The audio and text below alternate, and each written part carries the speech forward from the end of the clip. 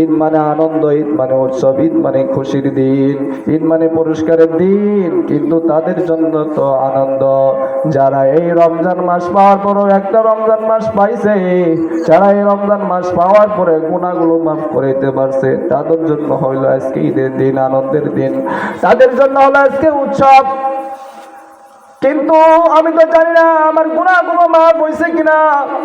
চিন্তা করেন, যেই সাহাবী জান্নাতের টিকিট পেয়েছে 2 নম্বরে, এমন একজন সাহাবী যদি ঈদের দিনও কান্না করে, হাউমাউ করে কান্না করে, তাহলে আমাদের কি অবস্থা হবে?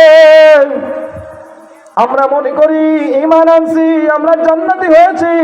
না না, ঈমান আনার পরে যদি জান্নাতি হওয়া যেত, তাহলে সাহাবায়ে কেরাম এত কষ্ট করতেন না, সাহাবায়ে কেরাম এত কান্নাকারি করতেন না, সাহাবায়ে কেরাম এত মার খাইতেন না, সাহাবায়ে কেরাম না খেয়ে থাকছেন, না খেয়ে থাকছেন, পেটের মধ্যে পাথর বেঁধে রাখছেন। ঈমান আনার পরে যদি জান্নাতি হওয়া যেত, তাহলে নবী এত কষ্ট করে চলতেন না, এত কষ্ট করতেন না। কারণ নবী যদি গুনাহ করেও থাকে তা আল্লাহ তাআলার সাথে মাফ করছে। এরপর নবী এত কান্নাকাটি করছেন, এত আমল করছেন, এত আমল করছেন, আমরা তো তার কিছুই যোগ্য না। এরপরও আমরা মনে করি যে যারা নামাজ পড়ে না, আর যারা নামাজ পড়ে তাদের থেকে আমরা ভালো আছি। যারা নামাজ পড়ে না তারা বলে যারা নামাজ পড়ে তাদের থেকে আমরা ভালো আছি। কিভাবে ভালো থাকেন? আল্লাহ তাআলা বলছেন লিল্লাযিনা আমানু, প্রথম নাম্বার কাজ হলো ঈমান আনা। ঈমান আনছো ঠিকই, কিন্তু আমলে সালেহ করো না।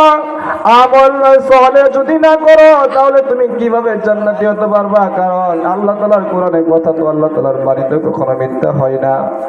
আল্লাহ তাআলার বাণী যদি মিথ্যা হয়, তো আমরা বানিয়ে বানিয়ে কি বলি যে ঈমান আনলেই আমরা জান্নাতি, নামাজ না পড়লে কি হবে? আমাদের ঈমান ঠিক আছে? নামাজ না পড়লে যদি ঈমান ঠিক থাকতো, তাহলে নবী এত কষ্ট করে নামাজ পড়তেন না, সারা রাত নামাজে কাটিয়ে দিয়েছেন। কেন কাটিয়ে দিয়েছেন? তাহলে নামাজ না পড়ে থাকতে পারতো, কারণ একজন নবী এরপরেও সারা রাত নামাজ পড়ছেন।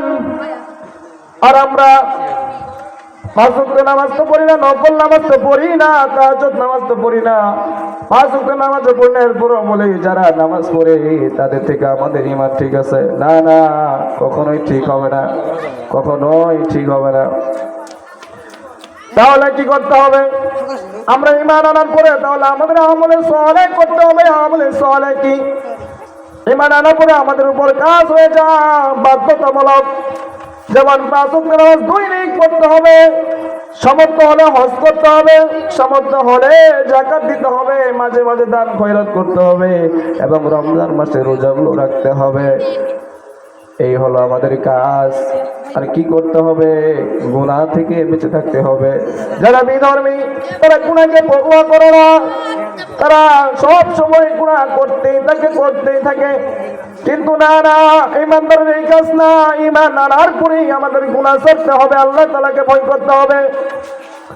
আল্লাহ তাআলা অন্য একটা আয়াতে বলেন, ইয়া আইয়ুহাল্লাযীনা আমানু তাকুল্লাহ হাক্কা তুকাতিহি ওয়া লা তামুতুন্না ইল্লা ওয়া আনতুম মুসলিমুন।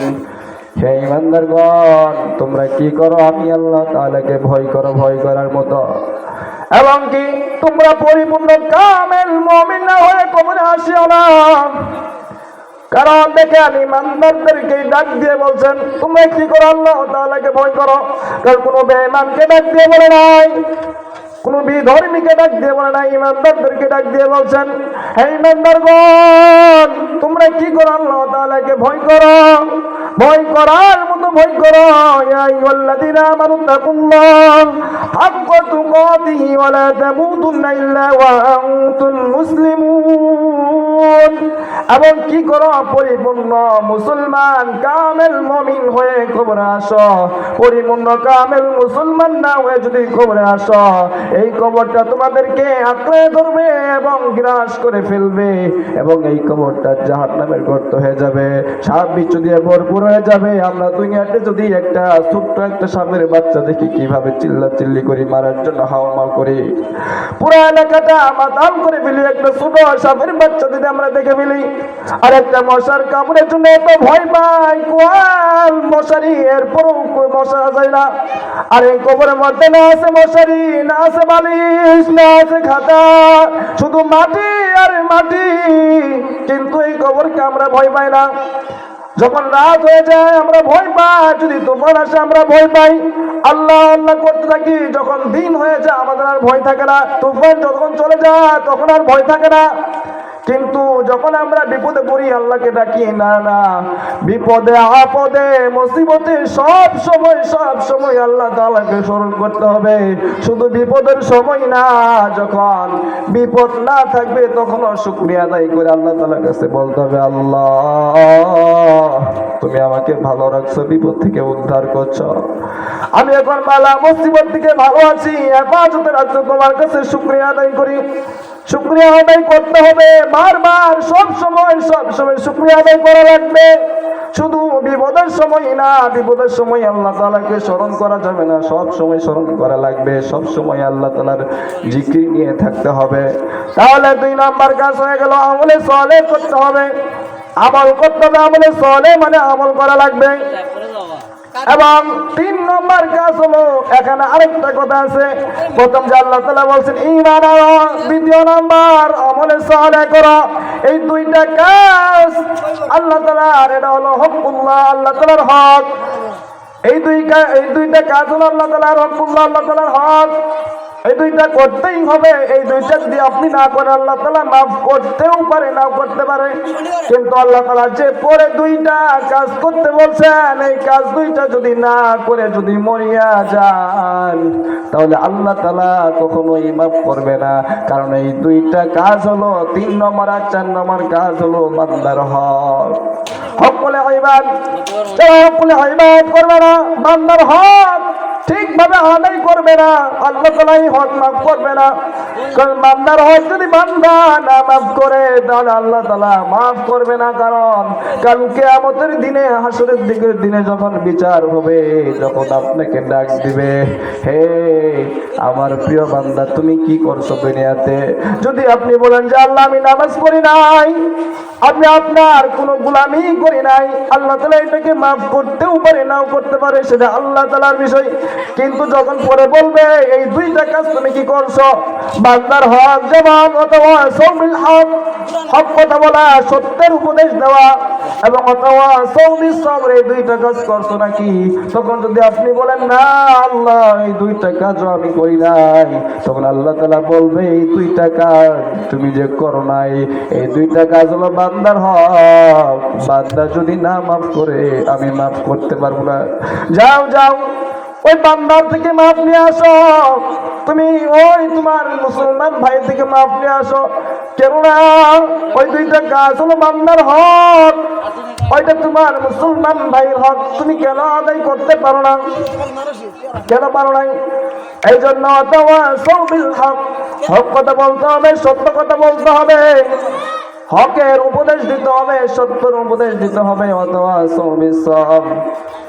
সবর করতে হবে, ধৈর্যের উপদেশ দিতে হবে। আল্লাহ তাআলা ধৈর্যের বয়ান বহু জায়গায় করেছেন। আল্লাহ তাআলা অন্য আয়াতে বলেন, ইয়া আইয়ুহাল্লাযীনা আমানু ইসতাঈনু বিস-সাবরি ওয়াস-সালাহ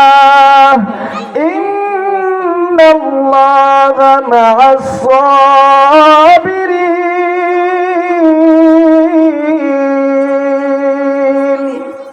আল্লাহ তাআলা আয়াতের মধ্যে বলেন, হে ঈমানদারগণ, তোমরা কি করো? ধৈর্য ধারণ করো, ধৈর্যের সাথে সালাত আদায় করো।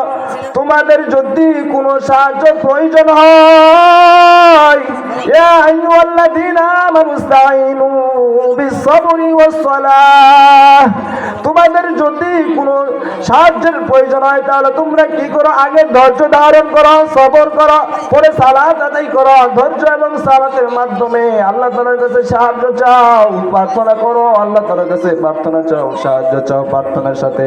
পরে আল্লাহ তাআলা পড়াতে বলেন ইন্নাল্লাহা মা'আস সাবিরিন, নিশ্চয় আমি ধৈর্যশীলদের সাথে আছি।